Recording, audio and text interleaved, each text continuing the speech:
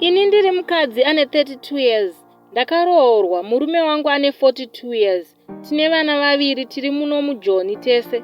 Dambudziko riripo ndiri kuona kunge murume wangu asisina basa neni.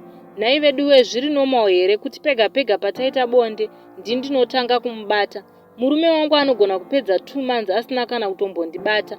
Dambudziko iri rakatanga muna 2017 tichiri nemwana 1. Umwe mwana wechitu takatozomuita dambudziko iri ratovapo. Takatorangana kuti ngatichiita umwe mwana wechitu, asi zvakadaro ini ndindaingotanga kumubata. Dzimwe nguva ndinotombonzwawo kuti dai ndabatwa nemurume wangu, asi iko zvino ndakunyara kuramba ndichimutanga. Kuhura handihuri, nditori mukadzi akavimbika chaiye. Murume wangu ndinomuda, ini nevana anotishandira achitichengeta. Pei yake anondipa yose. Ndikamubvunza kuti kosei uchiita kunge usina basa neni panyaya yebonde, anongoti I'm sorry sweetie, I love you.